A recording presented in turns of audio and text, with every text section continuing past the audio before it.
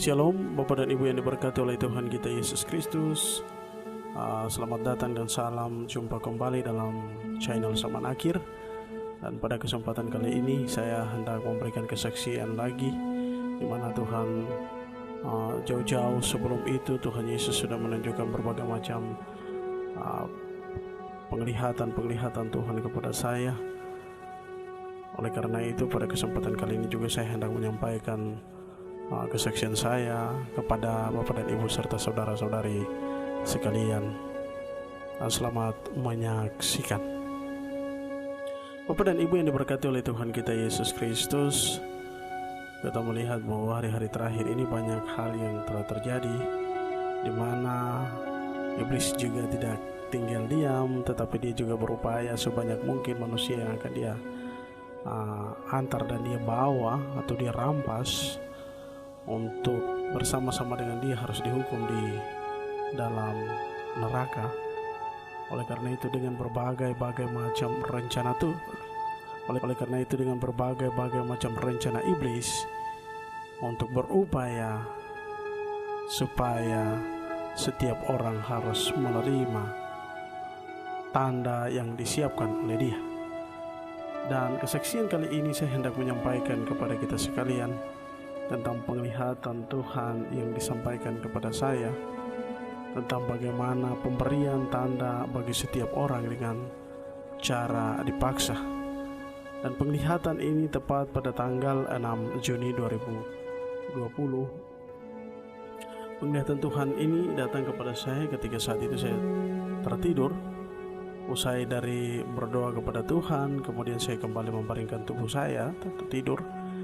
Roh saya dibawa oleh Tuhan ke suatu tempat seperti ruangan khusus, di mana di dalam ruangan itu ada sebagian orang-orang di sana yang sepertinya sedang menunggu sesuatu. Ketika saya dibawa sampai ke dalam ruangan itu, saya melihat kurang lebih beberapa waktu kemudian ada sekelompok orang yang sepertinya mereka dipaksa untuk masuk ke dalam ruangan tersebut. Sementara ruangan-ruangan ini dibagi menjadi beberapa ruangan sekali. Ada ruangan pertama, ruangan kedua, dan ruangan yang ketiga.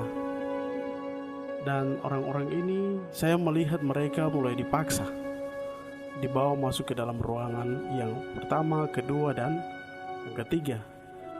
Dan pada ruangan yang pertama dan kedua itu dijaga oleh seorang yang bertubuh besar.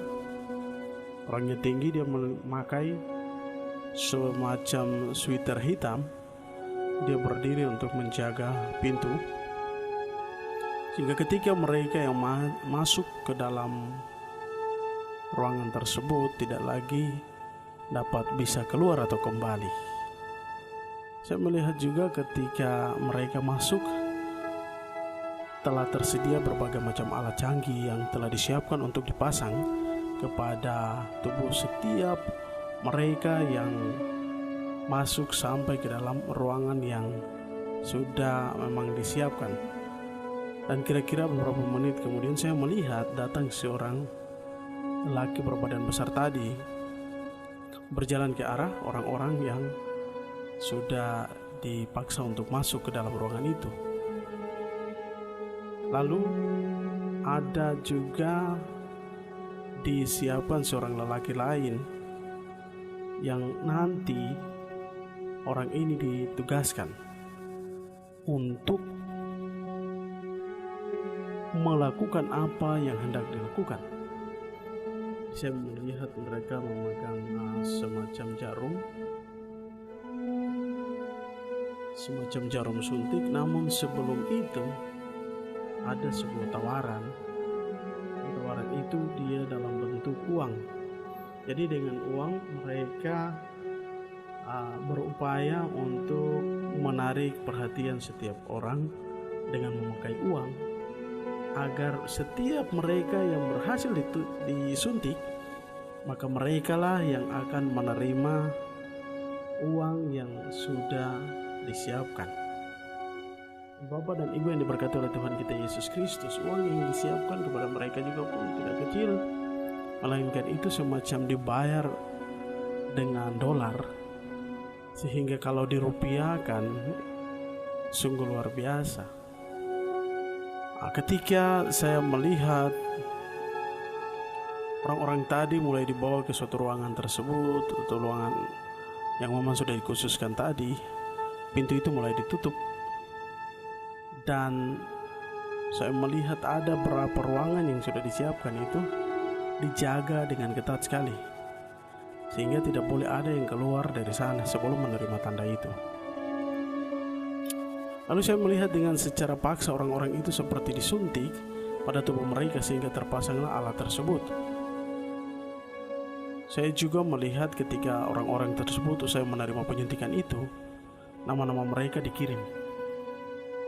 Bahkan diambil gambar atau wajah mereka atau difoto sebagai bukti bahwa mereka telah menerima tanda tersebut. Bapak dan Ibu yang diberkati oleh Tuhan kita Yesus Kristus, ketika saya mendengar seorang pria yang telah berhasil menyuntik mereka ini, dia berkata begini, kamu akan dibayar oleh si pemilik tanda itu dengan dolar, bukan dengan rupiah. Dan kamu akan bebas tanpa batas karena telah menerima tanda itu ketika telah dipasang pada tubuh kalian. Maka kalian akan menjadi pengikut daripada orang ini. Lalu saya juga melihat ada sebagian orang-orang percaya yang hampir terjebak di dalam rencana besar si iblis itu. Namun karena Tuhan Yesus tidak menghendaki hal itu terjadi, akhirnya mereka diselamatkan dari masa yang sangat-sangat sulit itu.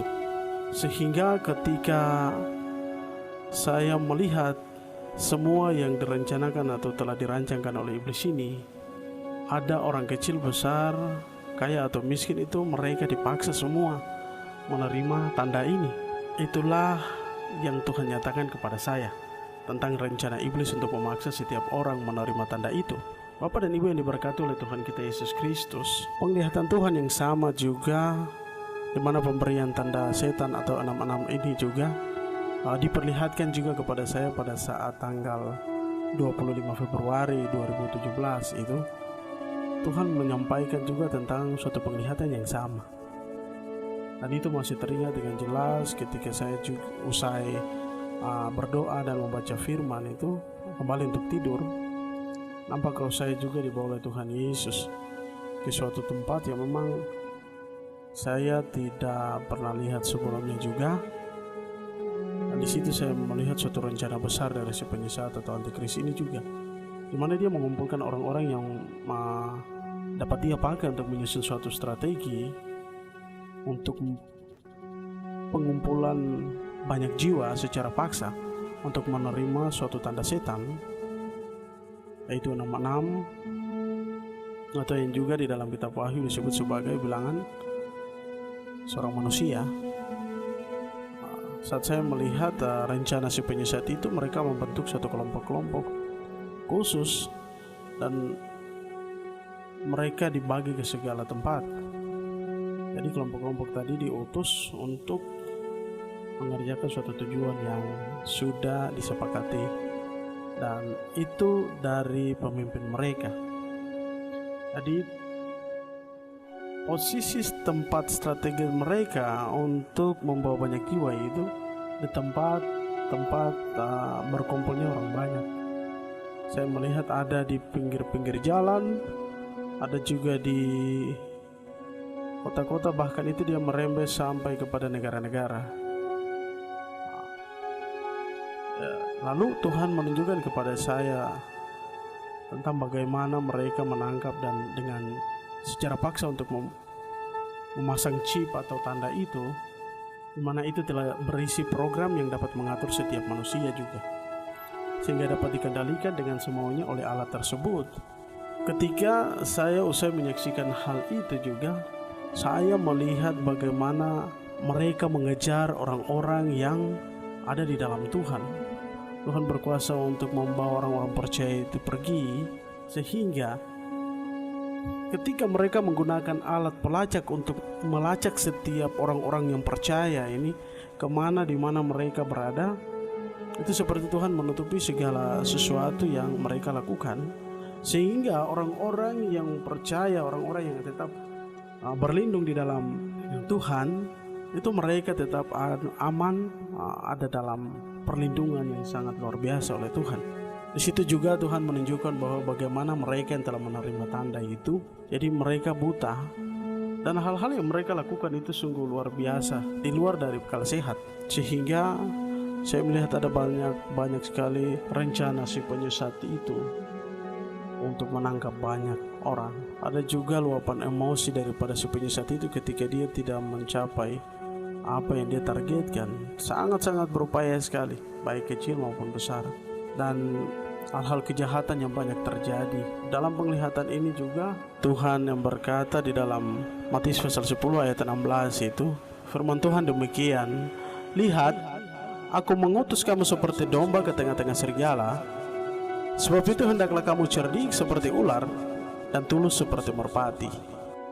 Tuhan menyampaikan kebenaran firman Tuhan ini adalah supaya ketika hal ini harus datang di tengah-tengah kehidupan kita sebagai orang-orang yang percaya, bagaimana kita harus berhikmat dalam melihat segala sesuatu ini. Jangan kita hanya asal-asalan saja tanpa bertanya kepada Tuhan. Kita harus tahu bahwa segala sesuatu yang terjadi ini, Tuhan mengetahui semua itu, dan Dia tahu ke depan itu seperti apa. Oleh karena itu, jangan dengan leluasa, dengan sebebas-bebasnya kita mau, oh iya, ini terima saja, ini terima saja. Tidak boleh. Tetapi mari kita harus lebih melihat ini dengan kacamatanya Tuhan. Kembali kita bertanya kepada Tuhan agar segala sesuatu yang hendak dilakukan, dirancangkan oleh iblis ini, Tuhan telah menyatakan lebih duluan kepada kita tentang hal bagaimana kita harus memisahkan diri daripada hal-hal tersebut. Oleh karena itu Tuhan mengatakan bahwa kita harus licik seperti ular tetapi tulus seperti merpati, sehingga kita jangan terpengaruh atau terperosok ke dalam rencana besar si setan ini. Oleh karena itu, mari Bapak dan Ibu serta saudara-saudari sekalian, ini hanya sebuah kesaksian yang Tuhan mau sampaikan kepada kita. Saya hanya menyampaikan dan melanjutkan apa yang Tuhan sampaikan. Dan itu kembali kepada Bapak dan Ibu serta saudara-saudara sekalian, apa yang akan kita siapkan hari-hari terakhir ini dalam menghadapi hal-hal ini. Sudah barang tentu bahwa kita hanya tetap bergantung kepada Tuhan. Jadikan Tuhan yang utama dalam kehidupan kita, sehingga ketika kelak hal ini harus terjadi, kita sudah ada dalam lindungan Tuhan. Dan kiranya Tuhan Yesus memberkati kita sekalian dengan kesaksian ini. Saya percaya Bapak dan Ibu serta saudara-saudari sekalian sangat-sangat memahami apa yang Tuhan sampaikan lewat kesaksian ini. Kiranya kesaksian ini menjadi berkat bagi kita sekalian. Tuhan